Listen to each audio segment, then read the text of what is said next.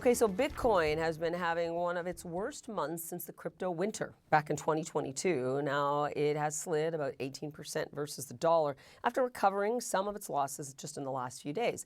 But remember, Bitcoin hit a record high of $126,000 in early October. The sharp losses has some investors wondering about the implications of a crypto bear market, especially with Bitcoin now recognized by banks and other financial firms. Adam Morgan McCarthy is a senior research analyst at Keiko, and he joins us now. I do want to just check on the status of this market. Let's take a temperature check here, especially since the sell-off.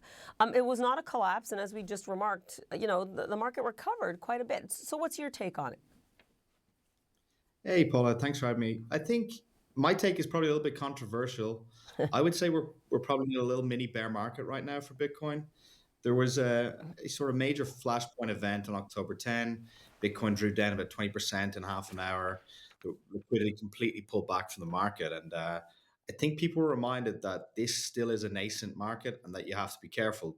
There's a lot of long tail assets out there. Anything outside maybe the top 10 is pretty illiquid, and you got to be careful with your money. So right now we're kind of facing maybe the next couple of months could be quite tough for Bitcoin. It's down on the year, stocks, gold, everything else is at all near time highs. I think it's going to play out a little bit slowly now in the next few months. There's a few drivers. I think your previous guest was talking about Trump and the tariffs. Last year he was the crypto president. Bitcoin was coming up to 100K around December 5th.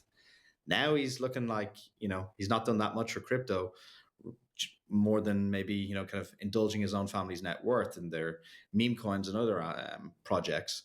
There's been no policy. And in that policy vacuum, there's been some, strange practices pop up from public companies around the place that have left Bitcoin and other crypto assets kind of middling.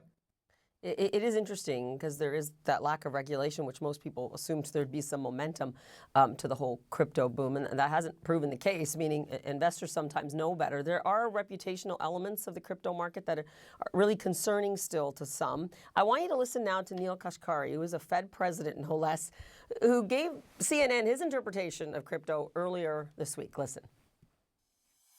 There's nothing fundamental underneath crypto. So I've compared crypto to Beanie Babies for a long, long time. Beanie Babies prices went up, they went down. Who knows why? I mean, Beanie Babies, Adam, we returned to an era there. What is he missing, if anything? Is he accurately characterizing the risk in the market right now? I think, the Beanie Baby comparison has been thrown around. It's an easy one to make. I think whenever you've got a kind of easy comparison or something that reductive, it's maybe a little bit too simple. There is value to a lot of the technology out there, and for sure there are things out there that I think when it all shakes out 5-10 years, 95% of the things that are going on right now won't be around. There's too many crypto assets, meme coins, a lot of these things. Some of it could be described as toxic. A lot of it is just, I think right now, a kind of lucky chance play. The market's going up. It's easy to launch these things. Let's see what sticks, throw it at the wall. But there is some really interesting tech out there and things like tokenization, tokenizing indices on chain, improving kind of workflows with derivatives and collateral management. So I wouldn't agree completely with the Beanie Babies analogy myself.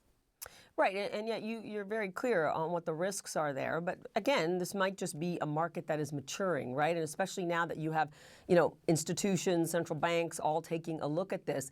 I think there's two things, though, that I'm wondering from your research, given your opinion. Is the people worry that a crash in the crypto market will actually infect other markets, that there would be contagion? What is your opinion on that?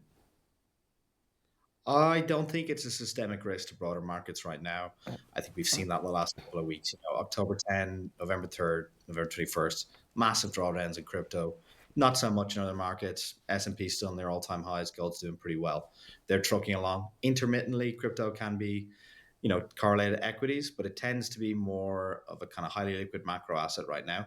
It's kind of a good harbinger at the weekends. If the president likes to tweet something about tariffs on China or on Canada, Bitcoin might move on a Saturday. So it's a good liquid asset for kind of macro trades of the weekend, but it's not going to bring the whole market down with it right now. I think it's probably back around 3 trillion in size. Equity markets, bond markets, the US, they're 60, 70 trillion each. So it's not a risk in that sense. Good perspective to take there. Adam Morgan McCarthy, I learned a lot in 5 minutes. We will definitely have you back because we have a lot to learn about this market still. Appreciate it.